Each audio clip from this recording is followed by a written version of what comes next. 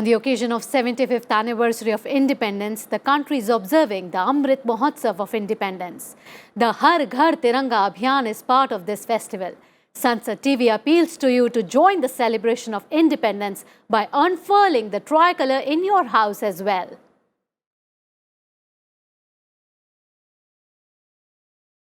Namaskar, good evening viewers. You're watching Sansad TV's live broadcast at 9 p.m. This is The News with me, Bhawna Nayar.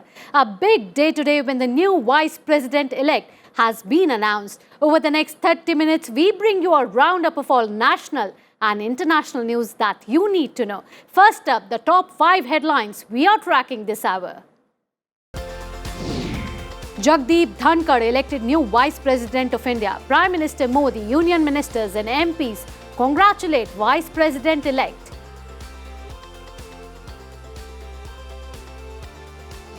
Of the 725 votes polled in the Vice Presidential election, Jagdeep Dhankar secures 528 votes. Opposition candidate Margaret Alva gets 182, 15 votes found invalid. COVID infections witness a surge. Center alerts 7 states, tells them to focus on surveillance and vaccination. CUET UG examinations to be held from 12th to 14th August. National Testing Agency announces new dates. Same admit card will be valid. Indian women's team reaches finals of the Birmingham Commonwealth Games cricket event. India bags 2 silver medals in athletics. Medals also expected in wrestling and boxing.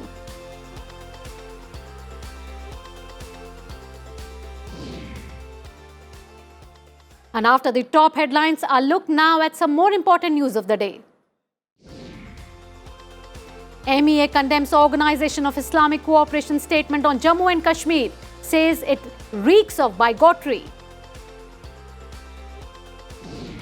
Union Minister Bhupendra Yadav asked developed nations to fulfill commitment on giving developing nations $100 billion to fight climate change. Government to make 1.5 lakh Ayushman Bharat Health Wellness Centres functional by December, says Health Minister Mandavia. Prime Minister Modi to chair 7th Governing Council meeting of Niti Aayog in New Delhi on Sunday. Central Administrative Tribunal CAT targets zero pendency of cases, achieves disposal rate of around 91% in last 3 years. UGC asked universities and colleges to observe 14th August as Partition Horror Remembrance Day. Amid aggressive Chinese military drills, Deputy Head of Taiwan Defense Ministry R&D unit found dead in a hotel. Life expectancy in African region increases by 10 years. Biggest jump in the world, says World Health Organization. Sri Lanka hard economic times will last another year. Need to look at new sectors for recovery, says President Ranil Wickremesinghe. And India loses semi-final match to Australian women's hockey at Commonwealth Games. Australia wins penalty shootout 3-0.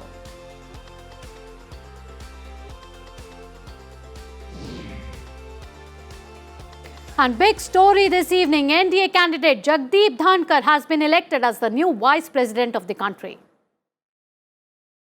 On the basis of counting, Shri Jagdeep Dhankar secured 528 first preference votes and Srimati Margaret Alva 182 votes.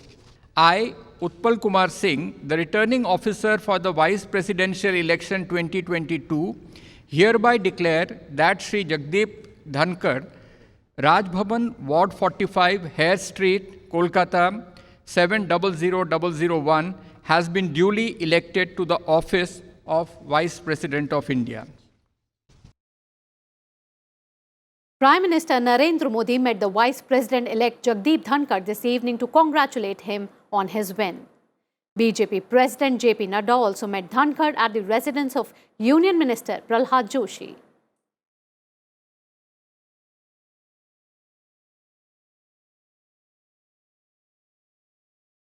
Lok Sabha Speaker Om Birla also met with the newly elected Vice President Jagdeep Dhankar. Of all the valid votes, Dhankar secured 74.36%. He has the highest winning margin in the last 6 vice presidential elections held since 1997.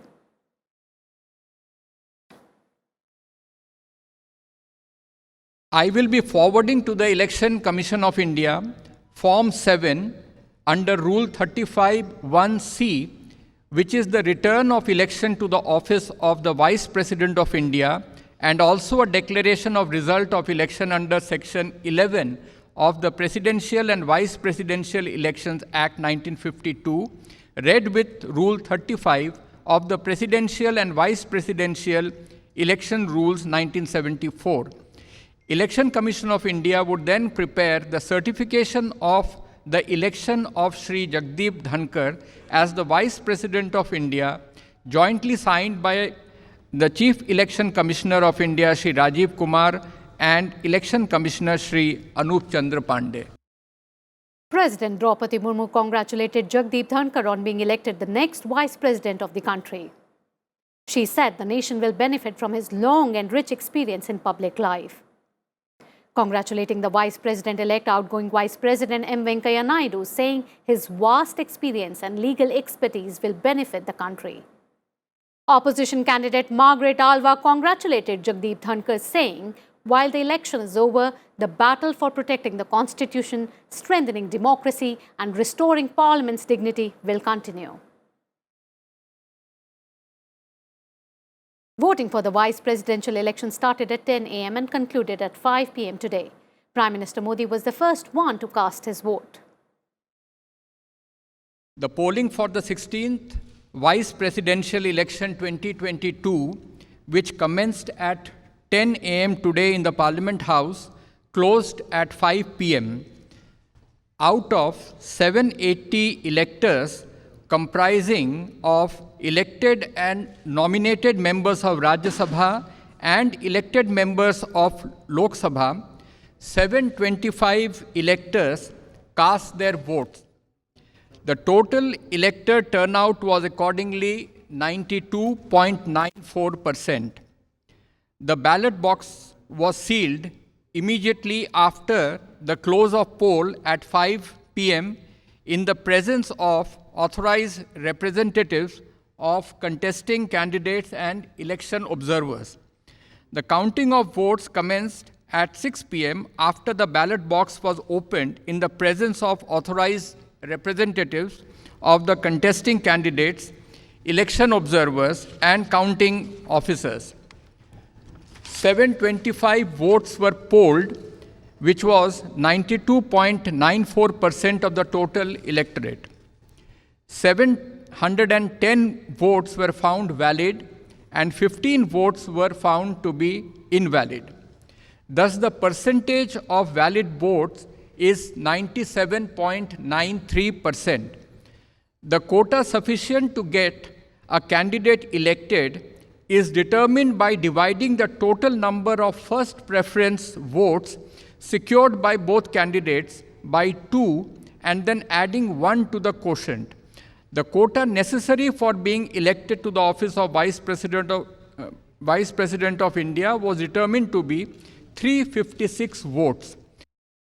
From humble beginnings to the pinnacle of success, Vice President-elect Jagdeep Dhankar has had a remarkable journey. Let's take a look at a brief profile of the Vice President-elect. Vice President-elect Jagdeep Dhankar was born on 18th May 1951 in Katiana village in Jhunjhunu district of Rajasthan. He did his schooling at Sainik School, Chittorgarh on a full merit scholarship after his primary education from the government school at village Katiana in Jhunjhunu. He graduated with honours in physics from Maharaja's College in Jaipur and LLB degree from University of Rajasthan in 1978-79. A lawyer by profession, he was enrolled with the Bar Council of Rajasthan as an advocate in 1979. He was also elected President of the Rajasthan High Court Bar Association in 1987. He practiced in Rajasthan High Court and the Supreme Court. He entered politics in 1989 and was elected to the Lok Sabha constituency from Jhunjhunu in Rajasthan that same year. He became a union minister in 1990.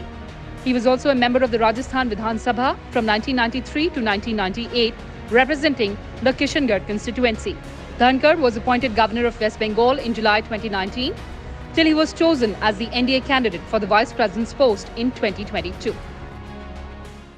Union Minister Samachar and Rajnath Singh also met with the newly elected Vice President Jagdeep Dhankar.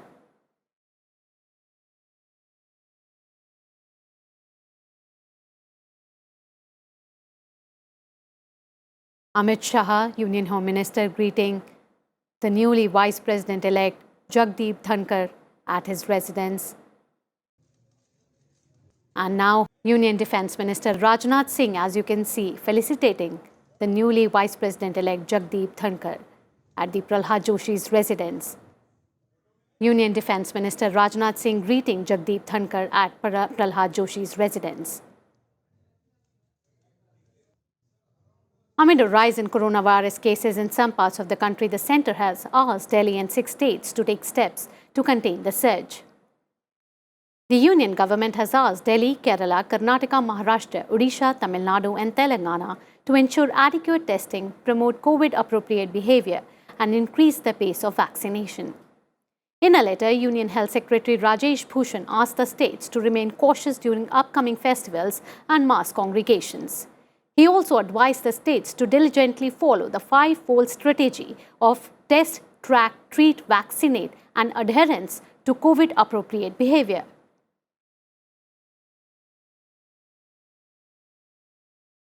Moving on, the National Testing Agency has informed that the Common University Entrance Test has been postponed at 53 centres across 13 states due to administrative and technical reasons. The NTA, in a statement, said the postponed exam will now be held between 12th and 14th August and the same admit card will remain valid. The affected candidates were informed for the same through SMS and email. The NTA has informed that in case the rescheduled date is not suitable, the candidates can send an email to datachange@nta.ac.in mentioning their desired date and roll number. National Testing Agency is conducting Common University Entrance Test 2022 from 15th July to 20th August at 489 examination centres located in approximately 259 cities across India and 9 cities outside India. Now, let's move on to the stories that are making news in the nation. Lok Sabha Speaker Om Birla flagged off the Har Ghar Tiranga Yatra in Delhi on Saturday.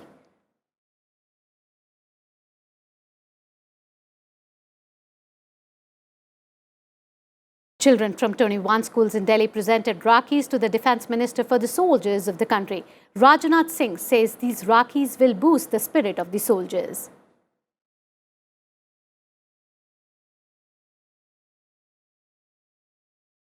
Shiva Sena leader Sanjay Raut's wife Varsha Raut appeared before the Enforcement Directorate in Mumbai in a money laundering case. ED has arrested Sanjay Raut in this case.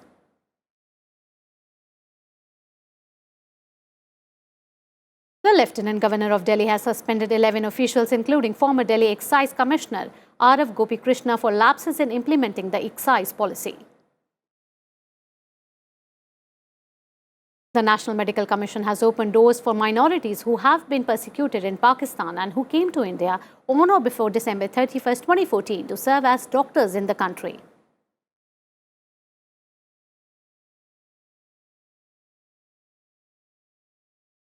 (19,406) new cases of COVID have been reported in the country in the last 24 hours. The number of patients under treatment has come down to 1,34,793.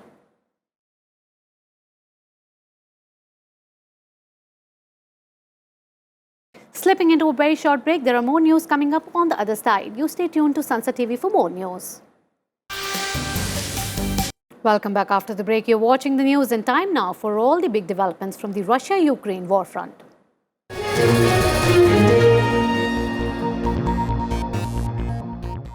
Russian President Vladimir Putin held talks with Turkish counterpart Recep Tayyip Erdogan on Saturday.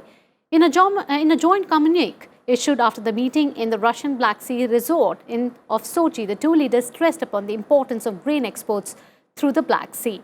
Recently, Turkey brokered a deal between Ukraine and Russia enabling Ukraine to resume its grain exports for the first time since Russia's invasion in late February.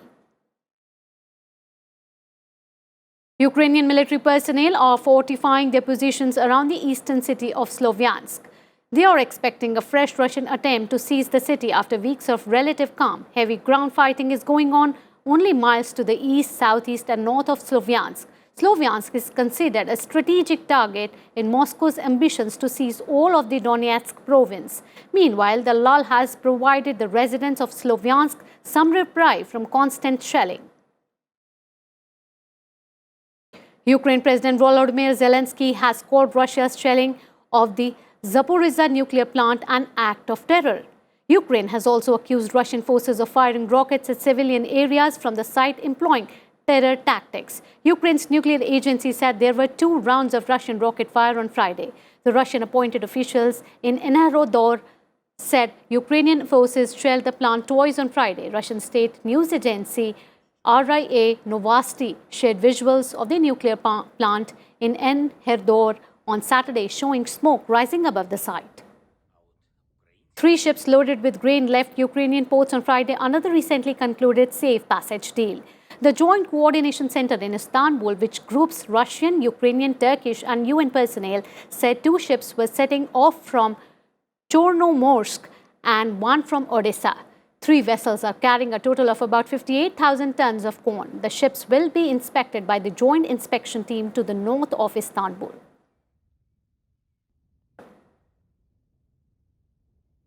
Time now for some other global updates.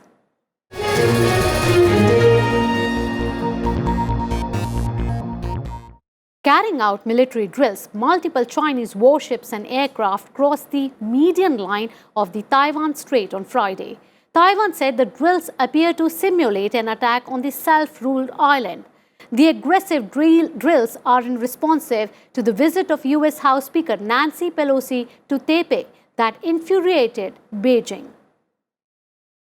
Taiwan's armed forces on Friday issued an alert, dispatched air and naval patrols around the island, and activated land-based missile systems in response to the Chinese exercises. China launched live-fire military drills following U.S. House Speaker Nancy Pelosi's trip to Taiwan earlier this week, saying it violated the One China policy. China sees the island as a breakaway province to be annexed by force if necessary, and considers visits to Taiwan by foreign officials as recognizing its sovereignty. Taiwan's army also said it detected 4 unmanned aerial vehicles flying in the vicinity of the offshore county of Kinmen on Friday night and fired warning flares in response. The 4 drones, which Taiwan believed were Chinese, were spotted over waters around the Kinmen Island group. Kinmen, also known as Quemoy, is a group of islands only 10 kilometers east of the Chinese coastal city of Xiamen in Fujian province in the Taiwan Strait that divides the 2 sides that split amid civil war in 1949. The Chinese military exercises began Thursday and are expected to last until Sunday. So far, the drills have included missile strikes on targets in the seas north and south of the island, in an echo of the last major Chinese military drills in 1995 and 1996, aimed at intimidating Taiwan's leaders and voters. Bureau Report, Sansad TV. Moving on, Israeli jets pounded militant targets in Gaza on Saturday and rocket barrages into southern Israel persisted. The attacks raised fears of an escalation after a wave of Israeli airstrikes on the coastal enclave that killed at least 12 people, including a senior militant and a 5-year-old girl. Here is a report. Smoke was visible on the Gaza skyline early on Saturday amid the latest round of Israel-Gaza violence. Israeli airstrikes on the coastal enclave killed at least 10 people, including a senior militant and a 5-year-old girl. The fighting that began on Friday with Israel's dramatic targeted killing of a senior commander of the Palestinian Islamic Jihad continued throughout the night, drawing the sides closer to an all-out war. Shortly before noon on Saturday, Israeli warplanes stepped up airstrikes.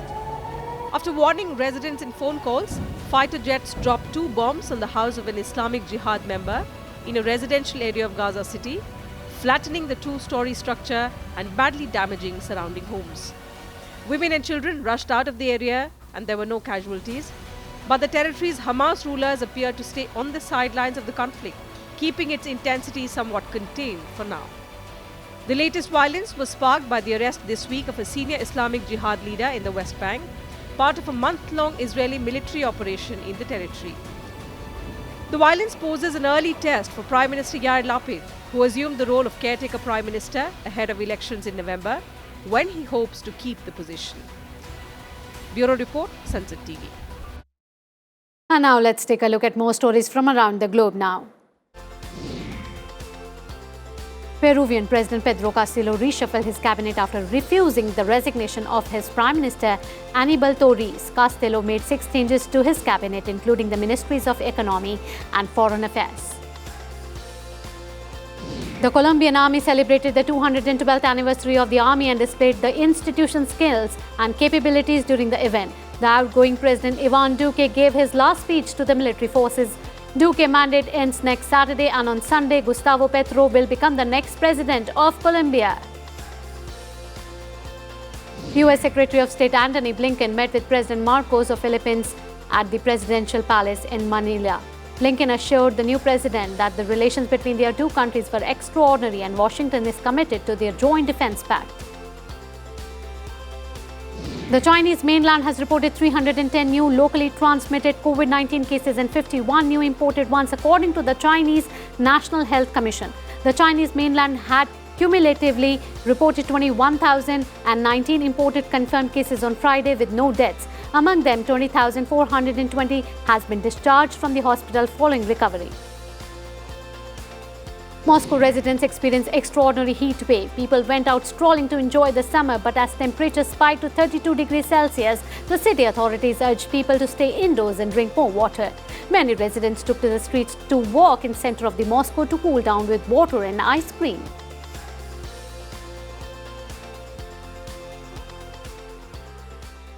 Moving on, a red state, blue state border war has erupted in the US. The Texas governor has sent dozens of migrants to New York in a challenge to the Biden administration's open border policies. New York City has a right to shelter law.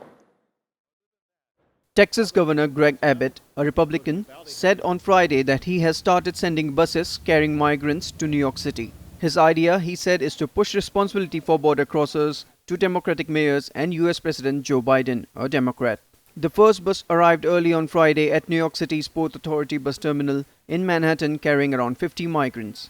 Volunteers had to steer the migrants who had no relatives in town to the city resources. Abbott is running for a third term as governor in Texas in November. He has already sent more than 6,000 migrants to Washington since April in an attempt to challenge the US president's more welcoming policies. Biden has been pledging to reverse many of the hardline immigration policies of his Republican predecessor, former President Donald Trump. Abbott said New York City Mayor Eric Adams could provide services and housing for the new arrivals. Arizona Governor Doug Ducey, another Republican, has followed Abbott's lead and bussed 1,000 more migrants to Washington. US border authorities have made record numbers of arrests under Biden, although many are repeat crossers. The New York City's mayor's office has in recent weeks criticized the busing efforts to Washington, saying some migrants were making their way to New York City and overwhelming its homeless shelter system. Bureau Report, Sansad TV. And after all the global news, time now for all the sporting action. India won 6 medals in freestyle wrestling on Friday at Commonwealth Games, including 3 gold, 1 silver and 2 bronze medals. The gold medal winners were Bajrang Punia in 65 kg men's freestyle, Sakshi Malik in 62 kg women's freestyle and Deepak Punia in the men's freestyle 86 kg category. In men's freestyle 57 kg wrestling, Ravi Kumar reaches final. Naveen beats England's Charlie Bowling to enter men's freestyle 74 kg final. India has defeated host England in the first semi-final of the women's T20 by 4 runs to reach the gold medal match at CWG. Smriti Mandhana stars with a 32-ball 61. Priyanka Goswami won silver in women's 10,000-meter race walk. Avinash Mukund Sable won silver medal in men's 3,000-meter steeplechase. Indian team settles for silver after losing 5-18 to Northern Ireland in men's 4 lawn bowls. Sharat Kamal reaches the finals of both the men's and mixed doubles events, assures India 2 more medals. Amit Panghals defeated Zambia's Patrick Chinyamba in men's over 48 kg to 51 kg flyweight category to enter final. Neetu and Nikhat Zareen reach boxing finals in minimum weight and light flyweight finals respectively. Jasmine wins bronze in women's 60 kg lightweight.